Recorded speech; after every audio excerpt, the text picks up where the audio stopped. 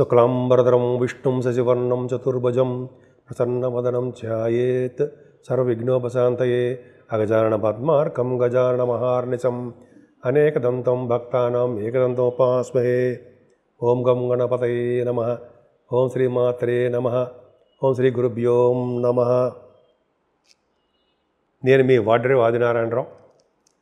ఇప్పుడు మనం 13 ఏప్రిల్ నుంచి 19 ఏప్రిల్ 2025 అంటే ఈ వారం రోజులు కూడా ఈ వీక్ అంతా అనుకోవచ్చు. ప్రతి రాశి వారికి మేషరాశి నుంచి మీనరాశి వారికి కూడా ఎలా ఉండబోతుందో తెలుసుకుందాం. ప్రతి రాశి గురించి తెలుసుకుందామండి. ముందర ఏ రాశిలో గ్రహాలు ఎలా ఉన్నాయి. మేషరాశిలో రవి 14వ తారీఖు నుంచి ఉచ్చస్థితిలో వస్తాడండి. 3 డిగ్రీల దగ్గర పరమోచ్చలో ఉంటాడు. వృషభ రాశిలో గురుడు, అలాగే కుజుడు కర్కాటక రాశిలో ఉండడము, ఆయన 3 డిగ్రీస్ దగ్గర నీచ స్థితిలో ఉండడము, చంద్రకేతువులు కన్యారాశిలో ఉండడము, అంటే 13వ తారీఖునే కన్యారాశిలోకి చంద్రుడు వస్తాడు.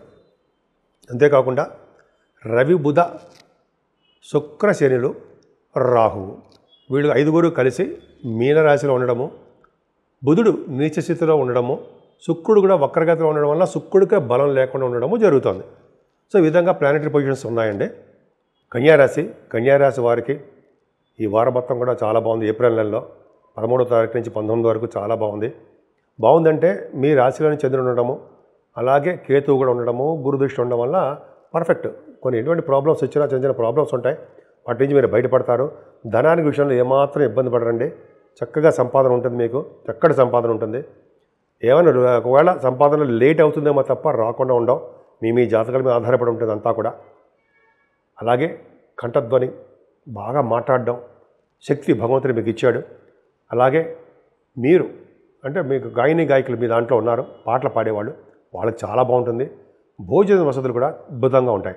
తరచూ మీరు ప్రయాణాలు చేయడము, షార్ట్ జర్నీస్ ఎక్కువ ఉండడం ఈ వారంలో, అలాగే కమ్యూనికేషన్ స్కిల్స్ మీరు బాగా పెంచుకోవడము, కొంతమంది వాహన యోగం ఉండడము జరుగుతుందండి.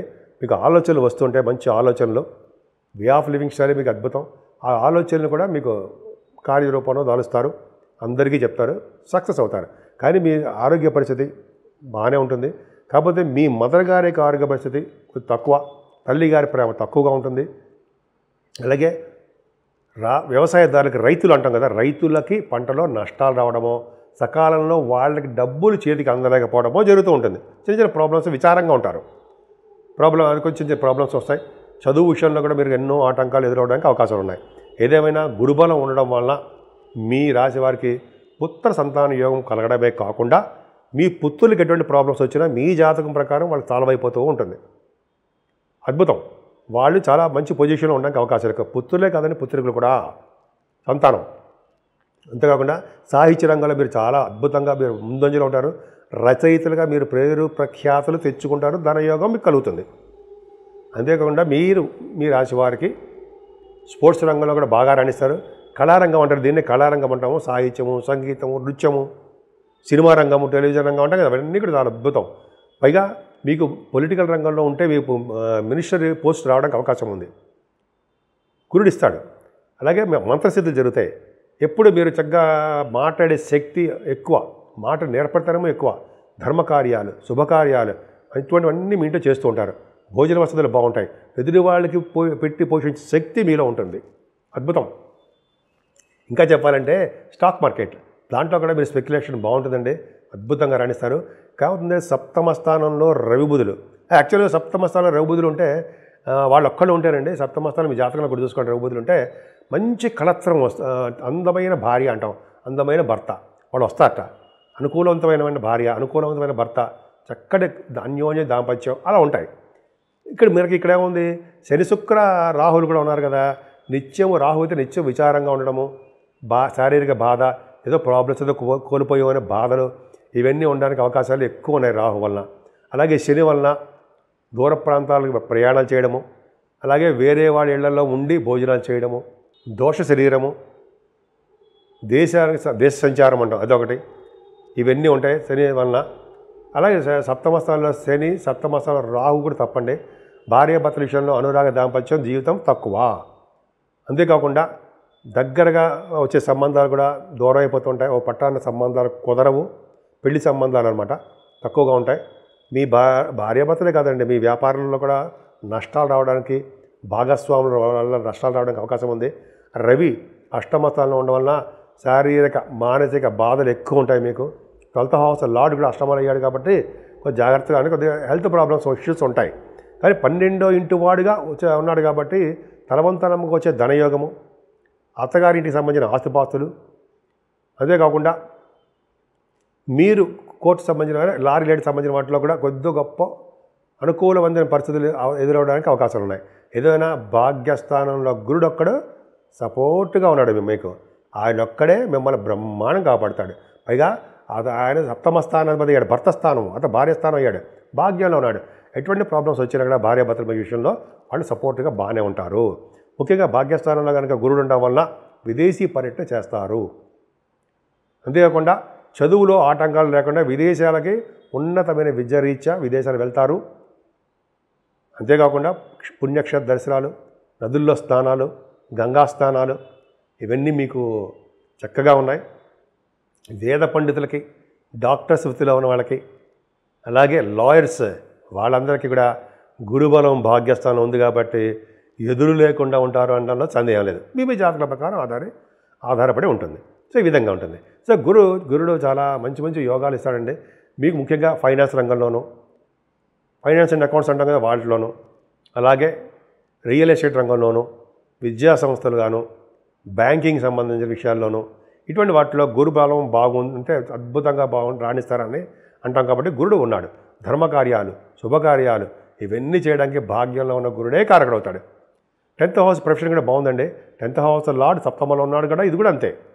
10th హౌస్ లార్డ్ సప్తమంలో ఉన్నా కూడా మీరు విదేశ పర్యటన చేయడానికి, దూర ప్రాంతాల్లో ఉండడానికి అవకాశాలు ఎక్కువ. ఉద్యోగ రీత్యా బహుశా మీరు విదేశాలకు వెళ్తారేమో, అక్కడ ఉద్యోగాలు చేస్తారు. అలాగే ఉద్యోగాల రీత్యా మీరు ట్రాన్స్ఫర్స్ అవ్వడానికి అవకాశం ఉంది. ముఖ్యంగా రియల్ ఎస్టేట్ రంగము వాళ్ళ ఉద్యోగాల కంటే సాఫ్ట్వేర్ రంగ ఉద్యోగస్తులు చెప్పుకుందాం. సాఫ్ట్వేర్ రంగ ఉద్యోగస్తులకి, గవర్నమెంట్ ప్రొఫెషన్లో ఉన్న వాళ్ళకి అద్భుతమైనటువంటి ఫలితాలు ఉంటాయి. మీ పై అధికారుల యొక్క మన్ననలు పొందుతారు. ప్రమోషన్స్ రావడానికి కూడా అవకాశాలు ఉన్నాయి. 11వ భావంలో కుజుడు మాత్రం ఏమాత్రం బాగాలేదండి. అష్టమాధిపతి అయ్యాడు కాబట్టి కుజుడు, ఇందాక చెప్పాను, అష్టమాధిపతి అయినటువంటి కుజుడు నీచ స్థితిలో ఉండడము, రవి అష్టమంలో ఉండడము ఇది చాలా తప్పు. రవి కుజుల కాంబినేషన్ మీకు సపోర్ట్గా లేరు. కాబట్టి రియల్ ఎస్టేట్ రంగంలో మీకు చాలా ఇబ్బందులు కలుగుతాయి. భూముల విషయంలో తగాదాలు, మనస్పర్ధలు, భూముల విషయంలో చిన్న ఈ ప్రాబ్లమ్స్ రావడానికి అవకాశం ఉంది.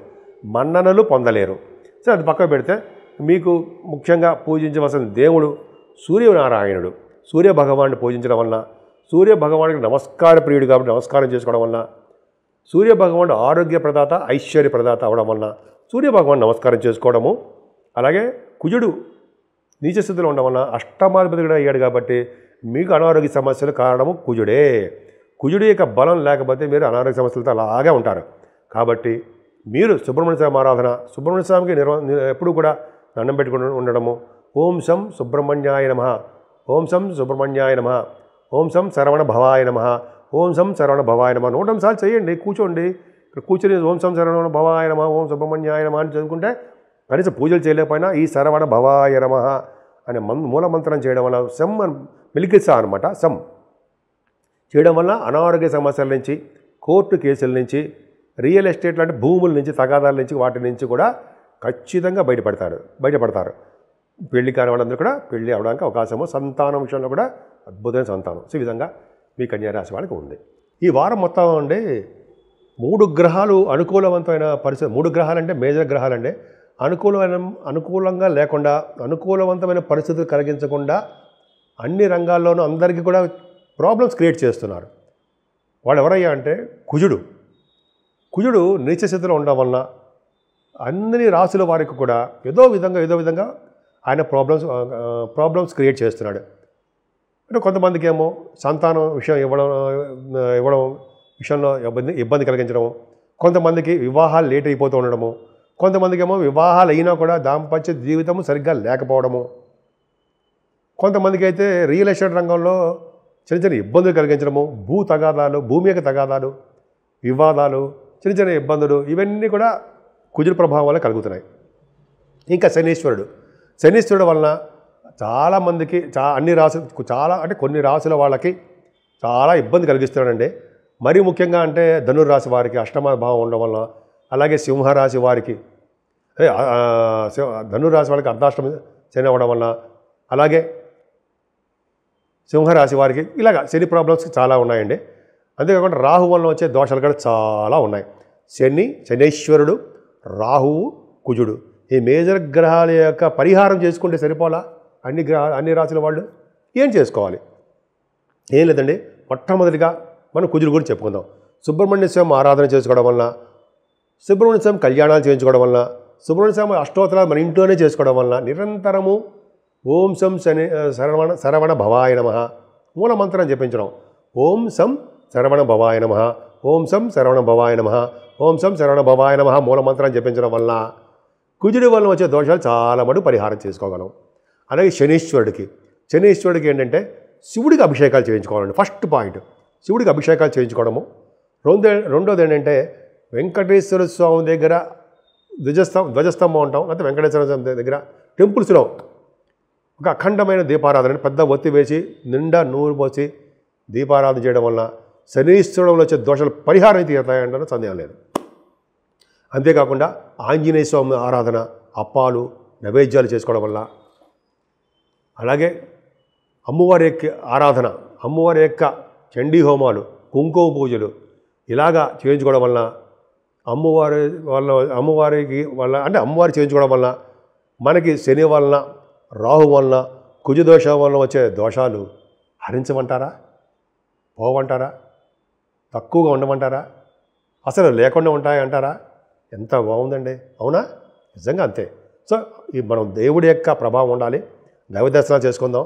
అన్నిటికన్నా ముఖ్యమైనది ఎటువంటి కష్టాలు వచ్చినా, ఎటువంటి నష్టాలు వచ్చినా, ఎటువంటి సుఖదుఖాలైనా మనల్ని వెన్నంటి కాపాడి మనకి ఎటువంటి కష్టాలు వచ్చినా ముందు ఉండే భగవంతుడు ఒక్క శ్రీరామచంద్రుడే. ఆ శ్రీరామచంద్రుడు నిరంతరము రామా రామా రామా అనుకుంటే మనకి అన్ని కష్టాలు తొలగమంటారా? మీరే ఆలోచించండి.